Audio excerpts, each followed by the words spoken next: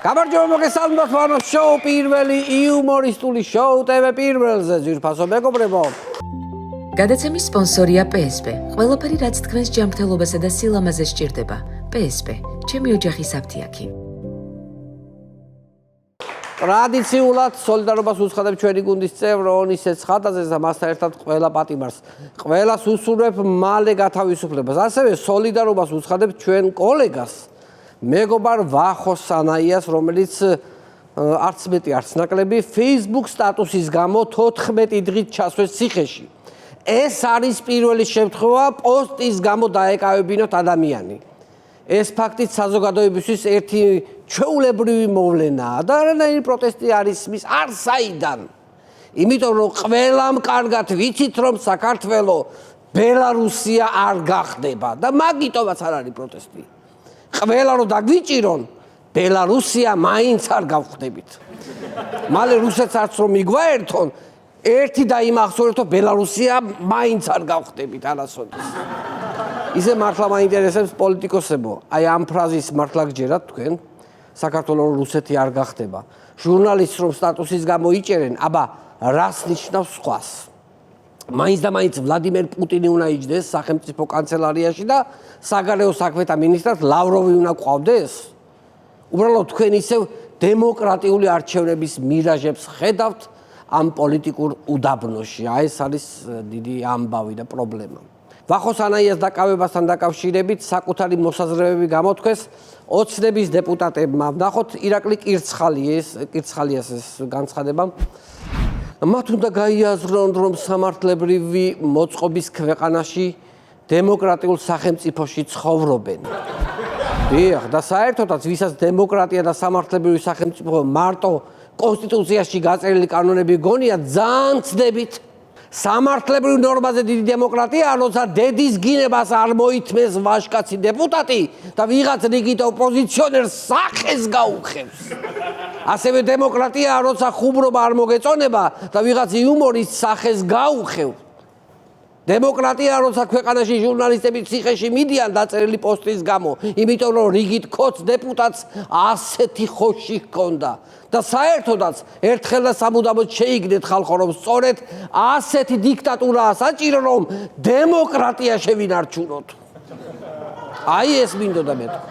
ასევე ძალიან საინტერესო განცხადება გააკეთა ოცნების დეპუტატმა ლევან მაჭავარიანმა. ვნახოთ მისი განცხადებაც. რაღაცნაირად გადაიტანს ბატონი სანაია. ახლა რიგითი ქოცური აზროვნებით მინდა ერთი განცხადება გავაკეთო. ბატონი სანაიაც გადაიტანს. ელენე ხოშტარიაც გადაიტანს, მზია ამაღლობელიც გადაიტანს, სააკაშვილიც გადაიტანს და საერთოდაც ჩვენ მოკლე მეხსიერების მქონე ამომრჩეველს მალე აღარ გვემახსოვრება რომ რას ვამბობდი?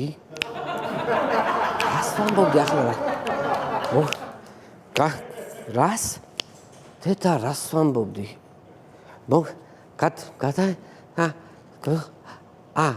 ხო რას ვამბობდი? ხო სუპი არ გამიცივდეს თქო, მაგას ვამბობდი. ხო დღეს სუპი უნდა ვჭამო. აი ეგ მახსოვს. ვახო სანაიას დაკავებას ოპოზიციური პარტიებიც გამოეხმაურნენ. არა ყოფილა ისე თლად საქმე, ძვირფასო მეგობრებო, ოპოზიციური ფლანგიც გამოეხმაურა. გთავაზობთ პარტია თავისუფლების მოედანის განცხადებას.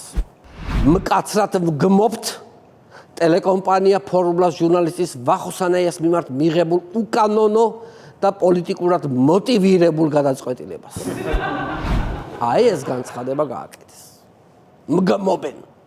მკაცრად რო გმობთ, ეს ძალიან კარგია, მაგრამ მხოლოდ მკაცრად დაგმობა არ უშველის. ამასთან ერთად აუცილებელია ხელისუფლების უმკაცრესი კრიტიკა, რასაც აუცილებლად უნდა მოჰყვეს მთავრობის თანმიმდევრული გაკიცხვა. რაც თავის მხრივ უნდა გადაიზარდოს გააზრებულ და კონსტრუქციულად ორგანიზებულ გაბუთვაში. დიახაც, ერთხელ და სამუდამოდ უნდა მიიხვდეს ივანიშვილის ხელისუფლება, რომ ჩვენ მათზე უკვე ძალიან ვართ ნაწყენები და უკვე მეტის მეტი მოსდის. აი ესეთი რაღაცეები უნდა გავითვალისწინოთ. ესეთი რაღაცეებიც უნდა გავაგრძელოთ ბრძოლა. ვაგრძელებ ისევ სოლიდარობის გამოხატვას, ამჯერად საქმე არ ეხება დაპატიმრებას, საქმე ეხება ფიზიკურ ანგარიშწორებას. სოლიდარობას უცხადებ იუმორისტ ონისე ოქრიაშვილს, რომელსაც პროპაგანდისტულ ტელევიზიებში რამდენიმე დღიანი შავი პიარის შემდეგ თავს დაესხნენ უკვე და ფიზიკურად იძალადეს. ნუ თავიდან აღშფოთდი, მაგრამ მე ახლა ქოცის თვალით რომ შევხედე და ეს კადრები რომ ვნახე, ნამდვილად დავინახე რომ 4 მამაკაცი ხელების და ფეხების სახესთან და ნეკნებთან ახლო კონტაქტით უბრალოდ ესაუბრებოდნენ ამ ონისე ოქრიაშვილს. ხოლო თავდასხმა იყო რაც სისხლიანმა მზია ამ აღლობელმა გააკეთა. ეგ იყო თავდასხმა. აბა, ესეთი. ეს არის ქოცული თვალით დანახული. ფიზიკურ ძალადობას შევეხეთ და აუცილებლად მინდა გავიხსენო რამდენიმე დღის წინ კახეთში ქორწილში მომხდარი ძალადობა. მე ვგმობ ძალადობას და ყველა ნორმალური ადამიანი უნდა გმობდეს ძალადობას, მაგრამ ნახეთ რა ხდება. TV პირველი ჟურნალისტ მაკა ჩიხლაძეს რომ ქოცი ზონდერი გამოეკიდა და პირდაპირ ეთერში უყურეთ თელმა ერმა როგორი სიცოცხლისთვის საფრთხის შემცველი იყო მისი ფიზიკური ძალადობა, აი ამ დროს ეს ქოცები და შუაშისტები ძალიან ხმადაბლა ამბობდნენ რომ გმობთ ძალადობას ორივე მხრიდან. ამ ძალადობას კი არა ზოგადად ძალადობას ყველა მხრიდან და კახეთში მოხდა ძალადობის ფაქტზე რა ქნეს? როგორ შეიძლება ქართველ კაცს ეს როდი შეშვენის? მოდი მოვეფეროთ რუსტუმრებს, როგორ აკეთებთ ამას, როგორ ბედავთ საცხალი გოგო. ვაჟა, სტუმარ მასპინძელი, მთა, თემი, ყაზბეგი, ხევისბერი, შვილი, ონისე, სისხლი. აი ესეთი რეაქცია ჰქონდათ აი კახეთის ფაქტზე. მაგრამ მაკა ჩიხლაძეზე უბრალოდ ძალადობას მეც რა მოხდა. ჩემი აზრით დაუშვებელია და ძალიან არასწორია ეს ყველაფერი რუსებს ტურისტებს რომ ვეძახით საქართველოში, აბა ეხლა დაუკვირდით, სასტუმროში ეგენი ცხოვრობენ, კაფეებში და რესტორნებში ეგენი მიირთმევენ, კლუბებში ეგენი გუგულებენ, მთავრობა მაგათ ყავს, პოლიცია მაგათ უფრო იცავს და ტურისტები ჩვენა ვართ გენაცვალე. სუფრას და დროსტარებას ნამდვილად არ იკლებენ ქართული ოცნების დეპუტატები, ვნახოთ მათი ვიზიტი წალენჯიხაში, რომელიც სუფრით და სიმღერით დასრულდა.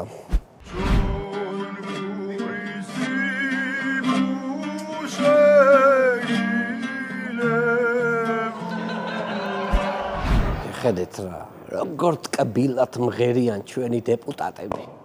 როგორ ტკბილად. აი ამ დროს უნდა გადმომდგარიყვნენ აივნიდან ის რუსის ქალები კახეთში ქორწილში რომ იყვნენ და ზარქუას ტკბილი ხმაკი დაუთუთქავდა გულებს ამათ.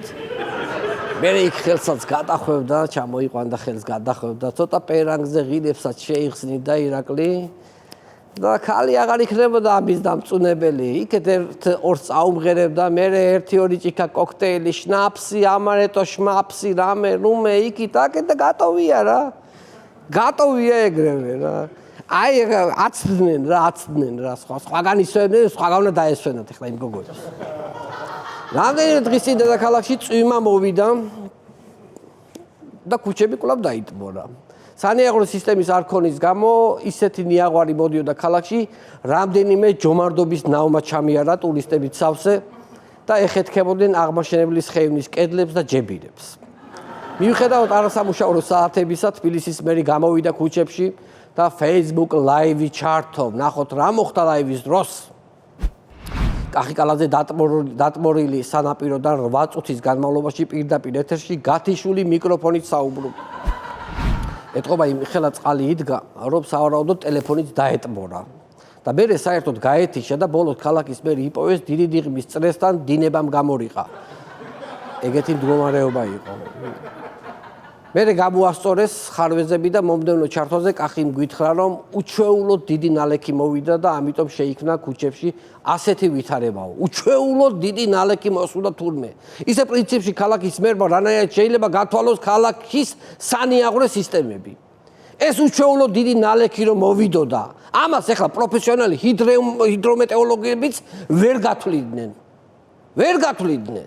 თან კაცო როცა გზებს აკეთებ, რანაირად შეიძლება მოგაფიქრდეს ის, რომ ამ ქალაქში შეიძლება წვიმაც მოვიდეს, რა ვიცი. ერთი რაც გათვალეს ის არის, რომ ქალაქში ყოველდღე ღამდება. და ლამპიონები დააყენესო ქუჩები გაენათებინათ, მაგრამ თუ იწვიმებდა, ამის გათვლა როგორ უნდა გათვალო? წარმოუდგენელია ესეთი რაღაცა გათვალო ამ ქალაქში.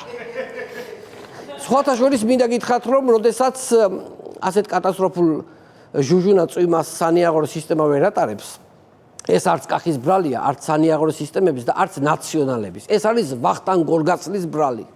დიახაც შეოჯახ აშენებულო, ამ ხელა ქალაქს რო აშენებ. ადე კიდე შეისწავლე ნორმალურად გარემოს მეტეოროლოგიური პირობები და ისე ააშენე ეს ქალაქი ბელეტაჟზე.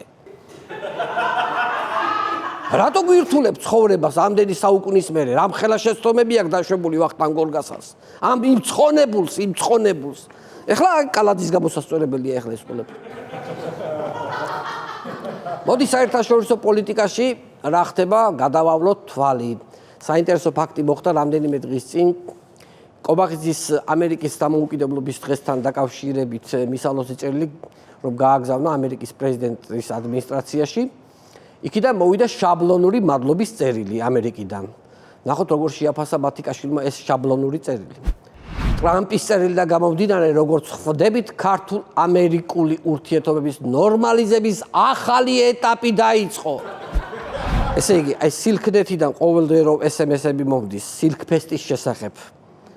მოგდით ყველას და მე რომ თქვა, რომ სილქნეთის წერილებიდან გამომდინარე, ჩემსა და Silk Road Group შორის ურთიერთობების ნორმალიზების ახალი ეტაპი დაიწყო. აი დაახლოებით ეგეთი ამბავია ახლა ეს ტრამპის წერილი. რა ვიცი, ეგ წერილი ისევეა ტრამპის დაწერილი, როგორც ივანიშვილის წერილებია თვითონ ივანიშვილის დაწერილი. მეტიც ივანიშვილის წერილი უფროა ივანიშვილის დაწერილი, ვიდრე ტრამპის ეს წერილია, ტრამპის დაწერილი. ოცნების წევრები გვიმტკიცებენ, რომ მათ დასავლეთთან ძალიან კარგი ურთიერთობა ექნებოდათ, რომ არა ნაცები და Deep State-ის აგენტები. ამასთან დაკავშირებით საინტერესო განცხადება გააკეთა ირაკლი კობახიძემ. 2012 წელსაც ისინი იყვნენ აგენტურა, მაგრამ შემოვიდა პოლიტიკაში ბიძინა ივანიშვილი და ჩაუტარა ჭადრაკის პარტია. აჩვენა ვინ იყო ნამდვილი გროსმაისტერი. რა ვიცი, ირაკლი ნაცებს ვინ ჩივის? შენ ის თქვი, იმათ რა უქნა ივანიშვილმა, ვინც ხელისუფლებაში მოიყვარა, თვითონ ბიძინა ივანიშვილი. დღემდე რო გაიძახიან, თუ არ მოგვეწონა გადავირჩევთ. აი მაგ თუ არ მოგვეწონა გადავირჩევთ, ძახილში ზოგს უკვე 3 როკი აქვს მოხდილი ციხეში.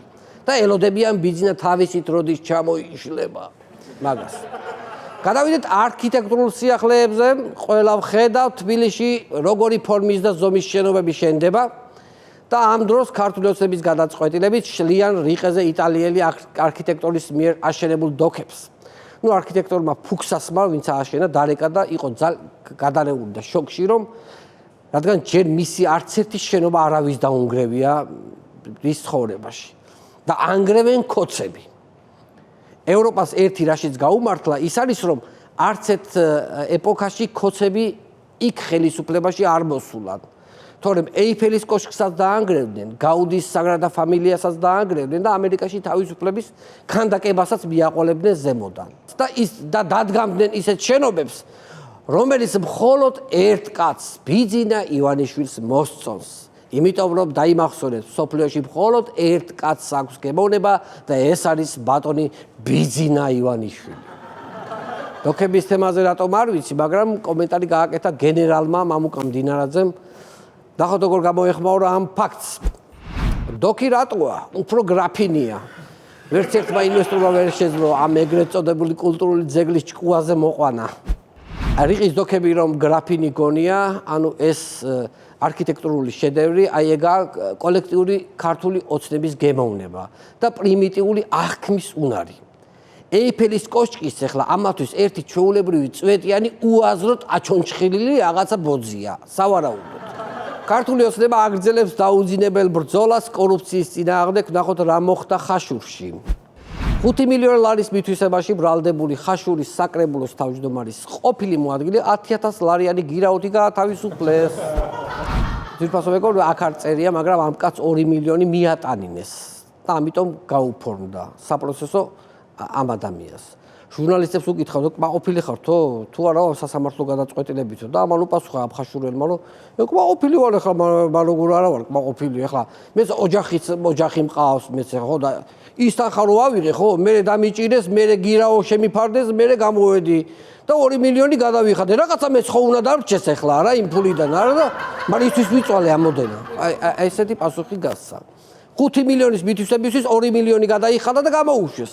ესეც ყოხტათ 3 მილიონით გავიდა მოგებაზე. ძმაო ეს ყოფილა ადამიანი. ზოგი რო ბიზნესების მოფიქრებაზე თავს რო იკლავს. აი ძმაო ბიზნესი, აი იდეა. წკაპ უწევს 3 მილიონი ჯიბეშია.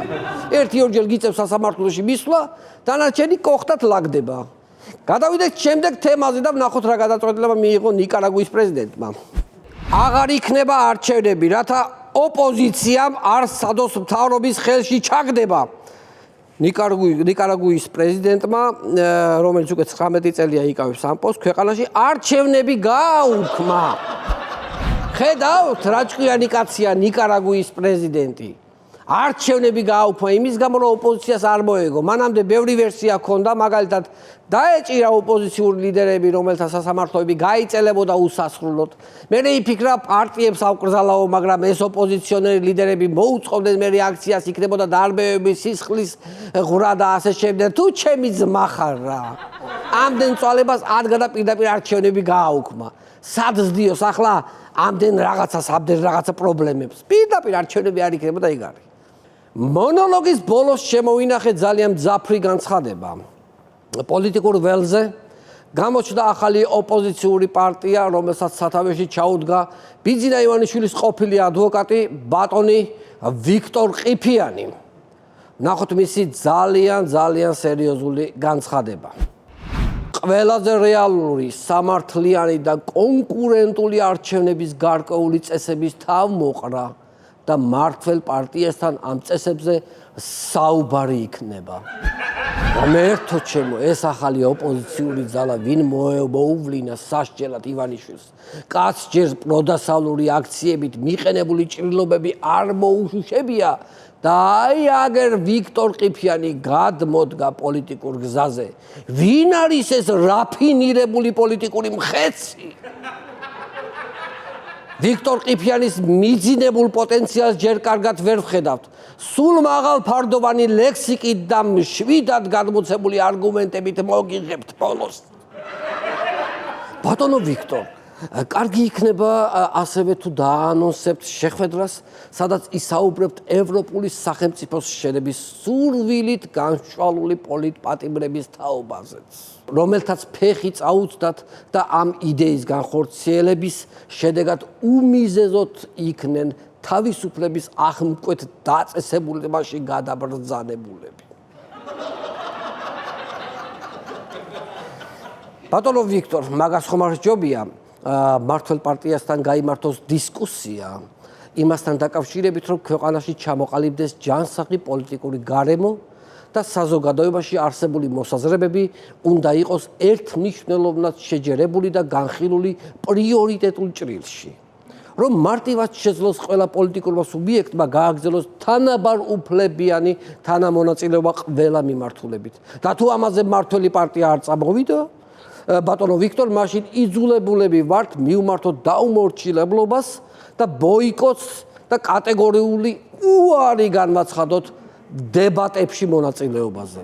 რაც ხელისუფლების ჩამოშლის წინაპირობა იქნება. აი ამ რადიკალურ სვლებს თუ არ მივმართეთ, ისე ამ ქვეყანაში პოლიტიკური გარემო იქნება მუდამჟამ და დღენია და ჭმუნვით შემოჭრილი. მე ასე ვფიქრობ, ბატონო ვიქტორ. ისე ვიქტორ ყიფიანის გამოსვლებს თუ უყურებთ, ძვირფასო მეგობრებო, ახლა დააკვირდებით ხოლმე, ყოველთვის ისეთი ზიაღმატებული ტერმინოლოგიით ლაპარაკობს და მოუწოდებს ოცნებას, რომ იყოს კონსტრუქციული, რომ აი ასეთი აკადემიური იმიჯით უნდა რომ, რა ვიცი, ქართული ოცნება დაამარცხოს.